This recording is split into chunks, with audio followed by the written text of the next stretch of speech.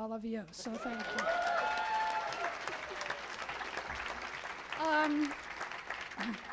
Just let me make a couple of very quick announcements. First of all, David Binder is going to be available to the press at 12:50 in room 507. So some of you hopefully will be able to download this or took very good notes, and we'll be able to ask him some direct questions later on. I want to take a moment of personal privilege here. There are a lot of, thank you. There are a lot of heroes, as everyone knows, in our community, but I haven't heard them announced, so I just want to take note that State Senator Mark Leno is already here.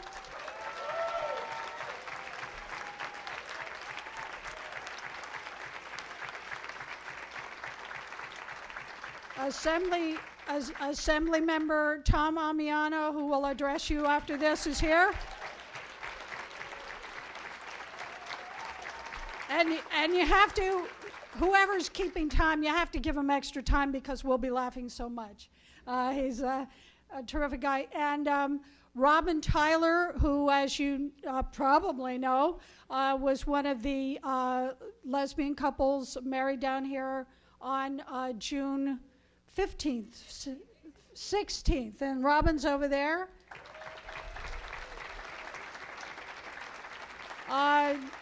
She and Diane got married at the same time that Del Martin and Phyllis Lyon were married in San Francisco. And if we ever really have, the other thing, I'd like to introduce Mr. Theron, who's here as well. He was featured in our first ad.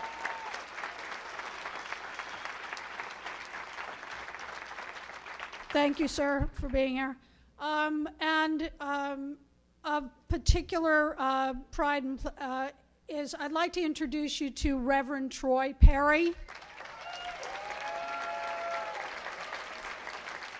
Troy has been performing marriages since before Stonewall at MCC Church.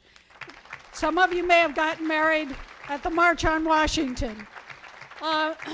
And finally, my last point of personal privilege is I'd like to take note of the passing of Project Inform's Martin Delaney yesterday. As some of us know, AIDS outed a lot of us, and that's where the public at large really started to see our personal relationships. So this marriage movement, in so many ways, is developed on the back of the people with AIDS who took care of ourselves, of each other. Martin Delaney.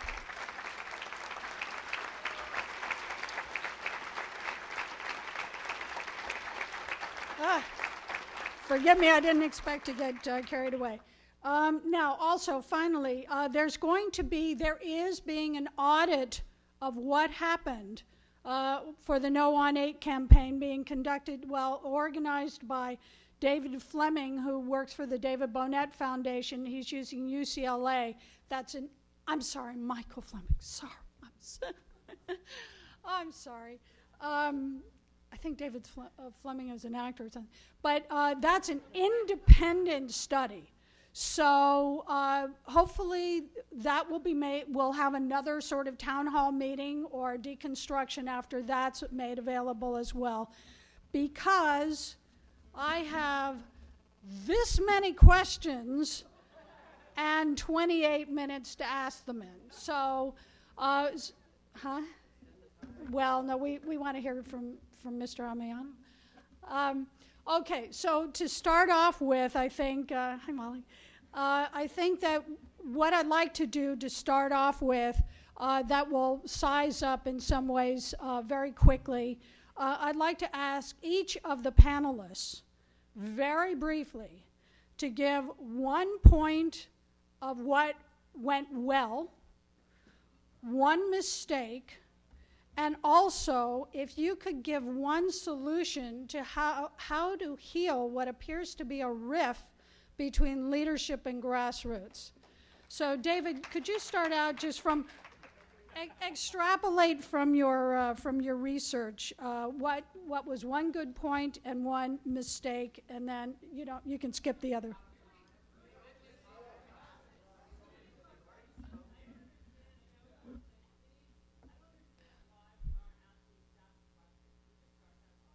Well, did you hear anybody announce that there was a mistake made? Okay. Okay, so never mind. I'll go right to the questions. Okay, there is a rip. Okay. Yeah, some of they'll be consolidated. Okay, David, do you have any data on the LGBT vote for Obama and how it compared to previous candidates, and especially to the no and yes vote? I do. There is some data on. I have to check my data to see. I had a data a little bit different than the exit poll that had 70% gay, lesbian, transgender vote for Obama, 30% for McCain. Ours showed a little bit more vote for Obama, about 78 to 22. And the second part of that question was what again? Well, how did it relate to compare? Prop 8? We feel it looked to me that there were some lesbian, gay people voting for. That were not voting for Obama, that voted no on 8. But overall, the lesbian gay community was strong, as it typically is in progressive issues, voting heavily for Obama and voting, obviously, for no on 8. There is some issue as to whether the new voters, I don't know if that's not quite the question, let's make this real quick here, whether the new voters that the Obama campaign brought out voted yes on 8 or no on 8. It's another question I get aligned with this one. And our results were that actually the new voters that came out to vote for Obama also voted no on 8 by a relatively narrow margin. You can hold on to that. Was there an African American on the planning committee of the No on 8 campaign? And if so, why weren't they part of the panel this morning? Anybody? Maya Harris from the ACLU of Northern California was on the executive committee from its inception in 2005. And at the very end of the campaign, she moved to New York to take a job with the Ford Foundation and couldn't be here today. So somebody was planned to be here. Yeah, okay. Mobilization plan for state and national events, where is it? We need it now to get everybody to Sacramento February 16th and 17th for the February 16th, 17th. Yes, so on February 16th, there's going to be a big rally in Sacramento that a number of organizations are doing with Equality Action Now, which is based in Sacramento. And on the 17th, we're going to have the largest LGBT lobby day on marriage in Sacramento. In fact, we're taking over the Sacramento Convention Center. There'll be probably 1,000 or 2,000 people there to lobby your legislators in support of the resolutions to overturn Prop 8 that Equality California is sponsoring with Senator Leno and Assemblymember Amiano. And getting people there and really a great show of force is going to be really important as we move forward in the fight. As far as national efforts, I know Sarah's here from the task force and Marty Rouse from HRC is here, so they may be better equipped to answer that. And will everybody, Marty as well, will you all stay and be available to people to answer questions? And Kate Kendall is here too. Okay. Why were the internal polls that consistently stated we were losing by so much not effectively communicated? All we heard was that we were winning in the months before until the last several weeks. And I'd actually like to direct this to Chad in terms of if you could explain the difference, and David as well. It's a two-part question. So for the No on Campaign Committee, if you could explain why you didn't reveal your internal polling a little sooner, number one. And then for David and Chad, could you explain the difference between the public and private polls? So, Chad, you want to go first? Sure. I think David's probably a better one to address the public-private polling issue. But as first of all, Jeff can answer the question. It's rare that a campaign, the opposition, you obviously didn't see releasing their numbers because you give away something to the other side, and it can hurt you. I wasn't involved in those decisions. Ultimately, a decision was made to release it, and I think it was the right decision in this campaign's case. But you also always have to be careful with public polling. And with different polls. First of all, there were some public polls that show us losing. Many of us chose to focus on those that show us winning, including a lot of donors, that we were going to win this campaign. If you remember, there was an LA Times poll that showed that we were losing. But then there were some others. There was a PPIC poll. And it all is in the way that the polls are done and whether they do a strict title summary test, so the 50 words that you see on the ballot, or whether they just do an actual description of the initiative. As far as I know, all of the campaign internal polls were fairly consistent, and there were multiple entities polling, including labor, which were consistent. And so I'll defer to Jeff to talk about the release of polls. I personally think the polls that showed us behind should have been released earlier. The consultants who are running the campaign felt that if they were released earlier, it would have actually hurt the campaign. It would have given the other side more momentum, more fundraising strength. So they didn't want to do it. And then as things started really looking like we're having a deep fall the end of September, there was a real push that we had to release that information, and that's when it was released. And by the way, Steve Smith is not here, obviously. However, he did participate in a virtual town hall meeting that the center coordinated, and I believe it's still up on the center website, is it? LAGayCenter.org. And you can find it, and you can download it on your Apple now, too. Speaking of apples, happy birthday, Apple, Mac.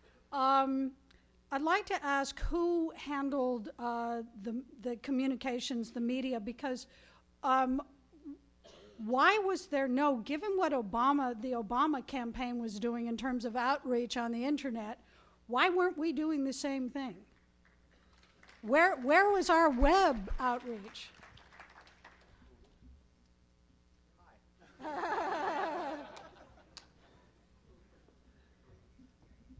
Hi, my name's Chris Maliwat. I was brought in as a full-time volunteer with the No on Prop 8 campaign about 5 weeks before the end of the election. As they mentioned earlier, BlackRock was actually hired as consultants, and they had about a staff of 1.5 people was managing the entire web presence. And as it became quickly evident, there was a rally cry for a number of people to come on board. And I was managing a volunteer group of about 36. So we grew from about 1.5 people dedicated to the web to about 30, 36, all volunteers within the last 5 weeks. So yes, we certainly didn't have the engine that Obama had, but we were actually very startled at the amount of support that we were able to gather in the last 5 weeks. Many of you were involved and are still supporters of the, I think, 185,000 people on Facebook. We had online ads, about 200 million across the web, both donated and paid ads through Google, Yahoo, Facebook, and so forth. We had outreach to bloggers, a crew of about 100, which I know many of you are here today, including Karen. Thank you for that outreach. And we had almost 5 million video views and viral views through YouTube and posts throughout other communities, including Perez Hilton's video site and so forth. So all of those combined, we were excited about what we were able to accomplish within a 3 to 5 week period near the end. But obviously, if we were able to grow that team a month, 2 months prior, we would have gotten a lot further. Have we, in the post-election, I think that we've all learned so much about what Obama did and are excited about implementing those moving forward. But with 5 weeks, we really didn't have that ability to do it. Yeah. I'm sorry?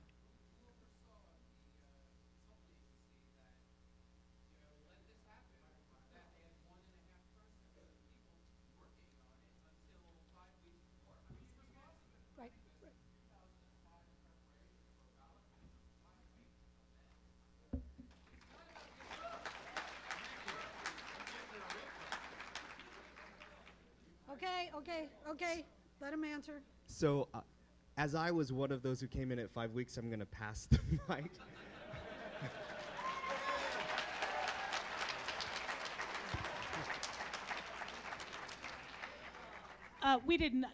The campaign did not wait until the last 5 weeks to do this. There were a number of things. Excuse me, let me finish. I'm trying to give you some facts.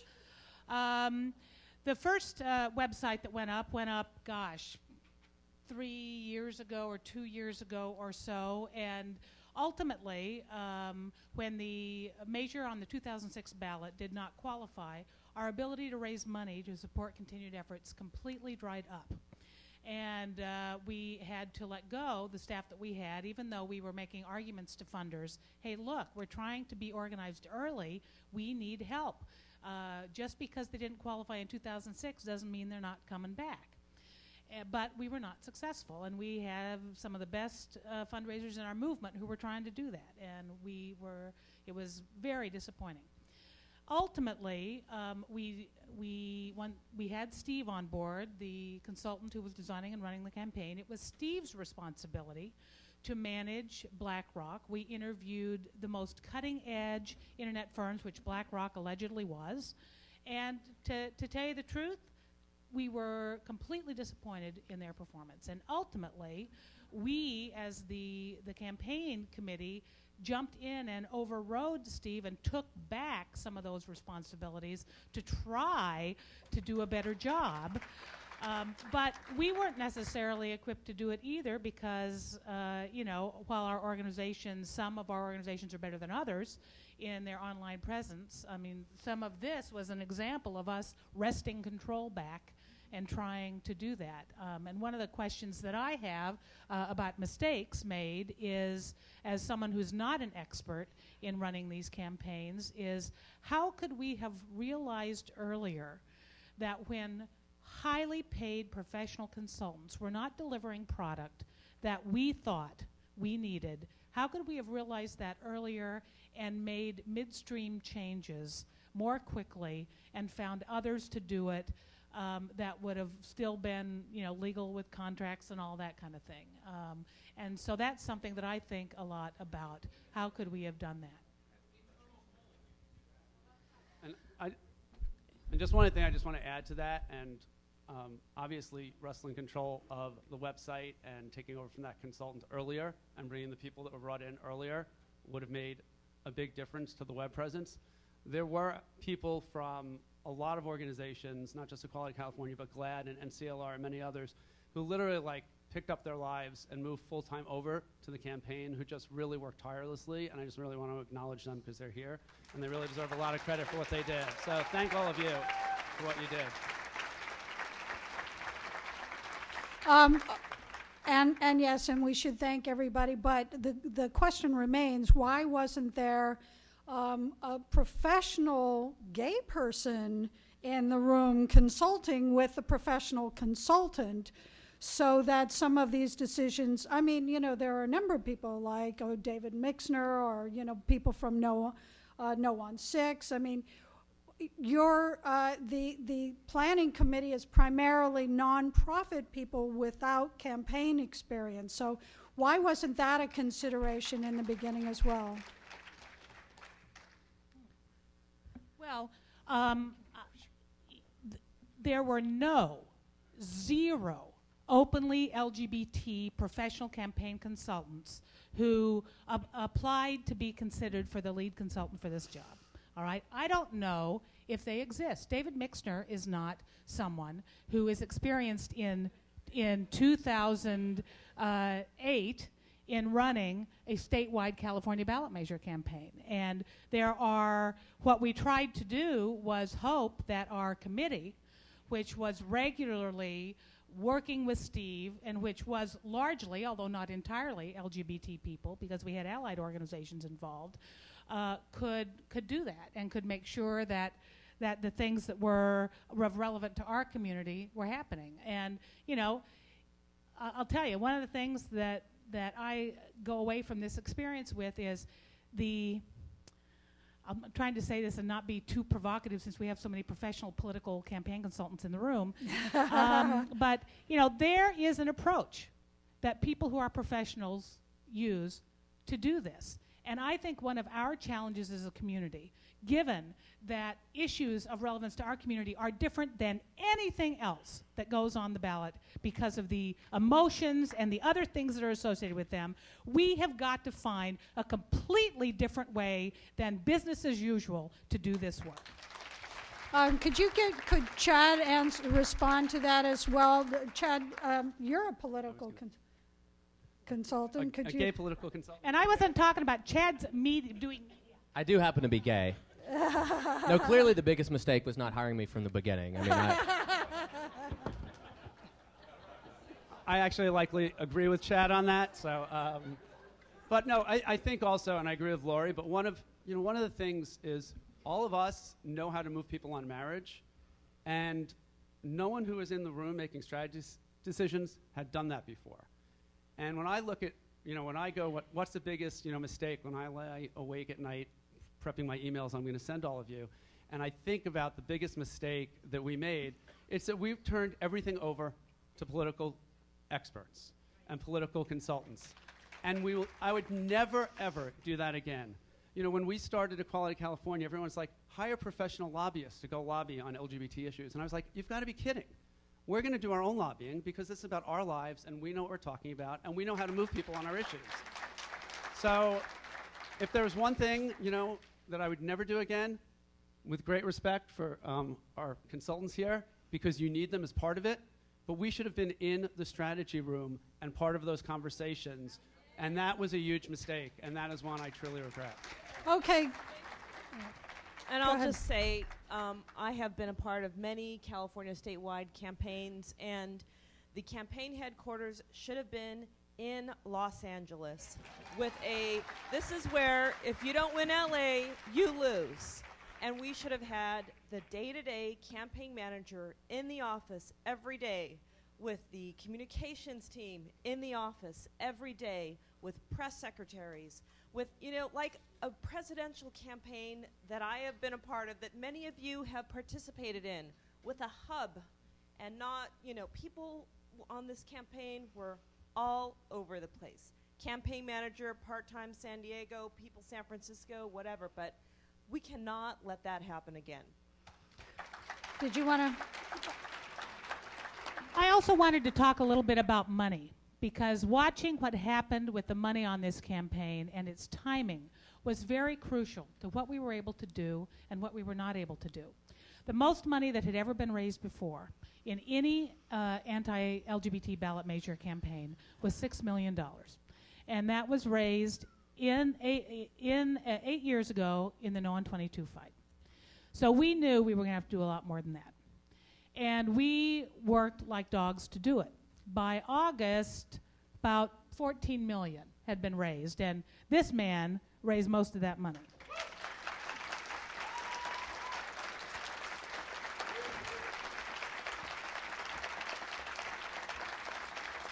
So early in August, we made a decision to spend virtually all of that money on media to buy it early. Because when you buy it early, it costs a fraction of what the same buys would cost later. So we bought media starting, I think, at that point it was probably either end of September or beginning October, I forget the exact date. But we bought media for the rest of up until Election Day, considered to be prime time media when it was very cheap. Then fundraising dried up. And we just could not get the money in. And this and why did prevented it dry us. up? It dried up because, in my view, because I think people were complacent. They thought we were going to win. They saw these public polls. They were giving to Obama. They were giving to the other campaigns. And, I had people literally say to me, you guys don't need my money. Look at that public poll. And I would say, even though we weren't allowed until we finally completely ignored our consultant and went against his advice and released the private polling, we weren't supposed to talk about it publicly, but I would say that's not what the private polling is showing. And don't forget about the switch factor, that people lie to pollsters about how they're going to vote, and then they walk into the ballot box and they do something different. We can't forget that. So the money dried up, and that meant that we were unable to hire some of the professionals earlier that we had wanted to hire, in part because we had made this strategic decision to buy media early when it was so cheap, because we never thought in a million years that we would raise $40 million. We hoped, we had 3 budgets developed of different numbers, and I think it was like 13 million, 17 million, and 20 million. And we thought 20 million was a pipe dream. And it wasn't until we finally said, hey, we're releasing this private polling, and said, we are going to lose, folks. We are going to lose, that people woke up. And then the money started to roll in. And forgive me for cutting you off. I'm worried about time. But before we go to Molly, there have been a ton of questions asking for accountability. How much money is left over? Who has it? Who's got control of it? Where's it going? And what's happened to all the lists? I mean, what happened to those lists that you were talking about? Who's the keeper of the lists? And then that leads into another question after Molly. Okay, remember when I mentioned during the structure of the campaign that in the early year of the campaign, the campaign committee developed and reached agreement on a lot of rules of engagement. That included what would happen to the lists, how they would be used, what would happen to any leftover money, if there was any leftover money. And we don't have the final report from our treasurer. I emailed him this week, and we don't have the final number yet. There is some money left over. But we decided long before the heat of the campaign how that would be used, and that it would be used to, I mean, I don't have all the details in front of me because I haven't looked at the document for quite some time, but to help maintain the voter file and keep that current for the next time, and to serve as seed money for if the campaign stayed together and was preparing for another attack or another effort. I'd have to go back and look at the details to see what the agreements were, but there are agreements in place, and organizations that participated on the campaign committee who agreed to participate and donated time and all of that have some rights to the lists from their area. If you gave over $100,000 or more, you have a right to a single mailing to the list for fundraising purposes. So there's lots of details like that. Okay, great. We're so short on time, but Molly, you wanted a response, and then I have a final question about the next stage. And by the way, I'm going to give all these questions to Lori and Jeff to make sure that these questions are answered in some way in the audit as well. But Molly, go ahead. I just wanted to point out Can you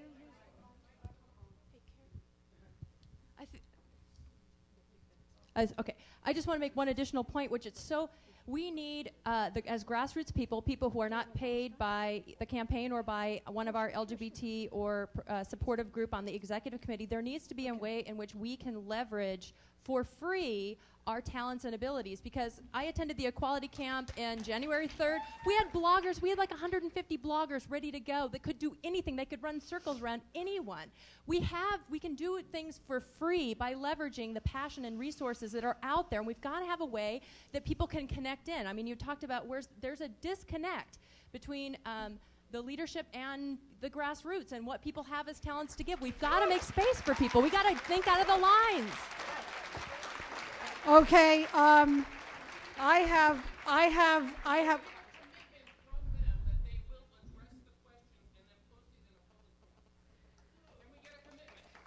Yeah. Karen, Yeah. why don't we during lunch, convene and allow some more questions and continue that process as well? I think that's why I was talking about the audit, that all of these questions that have been posed, I'll turn over to the people who are here from the No on 8 campaign to make sure that these questions are answered and integrated into that audit, which then will be posted on the website.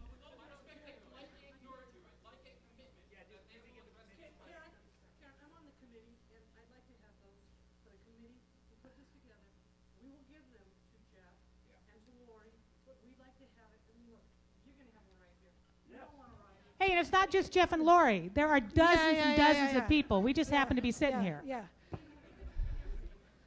we'll have it public so that everybody will have access. And those questions will get answered. Okay, there's your commitment. There's your commitment from Jody Honegger. Okay, so let me ask this next question.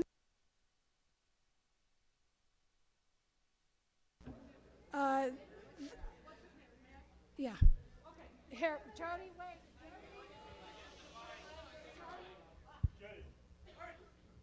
The planning committee who put this together will take the questions that were asked. We will get them on a website, and people from the campaign at their leisure, at their choice, can answer those questions.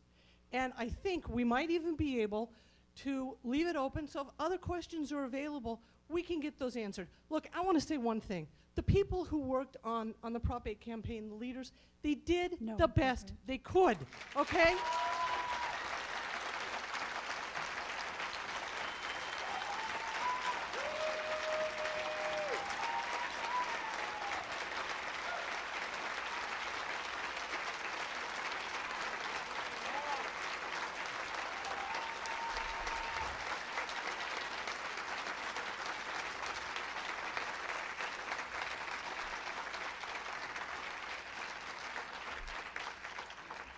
Which doesn't mean we don't have questions. It doesn't mean we don't have things to learn. But let's all learn. And one thing that, now that I have the mic, I'm going to say this. It takes, look, 10% of us in the population are gay or lesbian. It was a 2% difference. Make a phone call. Make a contact. If you change one mind, if every one of us changes one mind, we're going to win by 8%, okay? And that, by the way, is borne out by David Binder's study. That if all of us talk to our family and friends, that will... Okay, so here is Robin. Robin. Well, everybody's been standing up. I just want to say one nice thing. All of us in this room are on the same side, and we're going to have to carry on together. So we're not here to kill each other. You know what I'm saying? Because after this is over, we're going to have to go out and carry. So as today, no matter what we emotionally feel, we have to remember that everybody here, we're together. These are our people. So I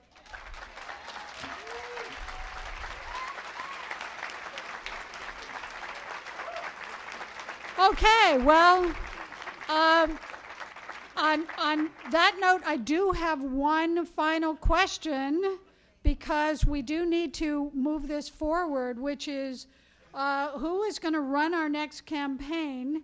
And is 2000, this is a point that Lori brought up during that virtual town hall meeting, is 2010 too soon to do an affirmative initiative? So wait a second. So, Jeff, you want to start and then... Yeah, there's going to be a panel on this afternoon, and as far as what the right election is from a political consultant's view, I think we have two people here who would weigh in. I could just say that we have to be cautiously optimistic that the court's going to do the right thing, but if they don't, I don't see any way that this community is going to sit back and not have our rights. And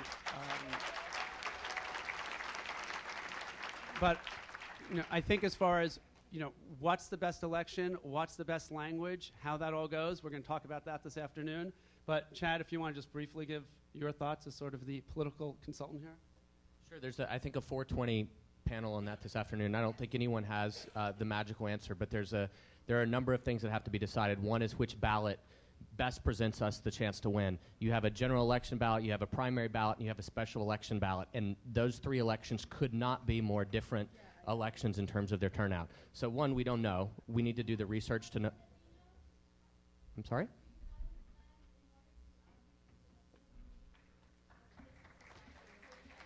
There are workshops specifically geared to that this afternoon.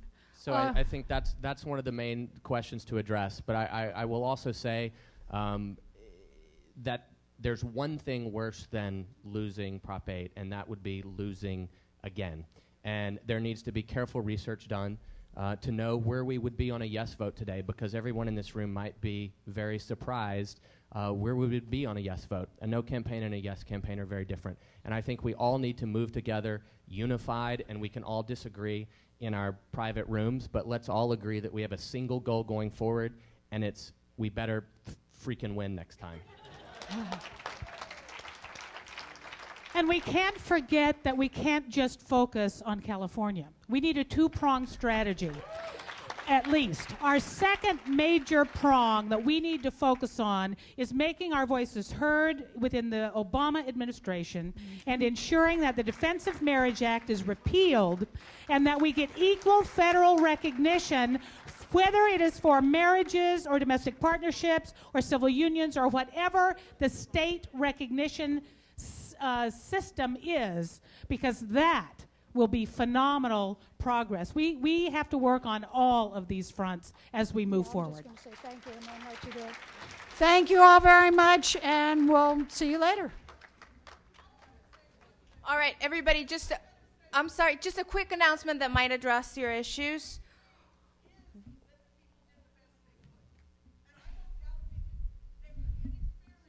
Thank you. You guys, just really quick, because out of deference to our panel here, they will be available at 12:30 to take your questions, because I know there's a lot of issues that weren't. Honey, we hear you loud and clear. Okay? Got it, noted it, bought the car, and moving on. What will happen now is this. Thank you, panel. Let's give them a round again.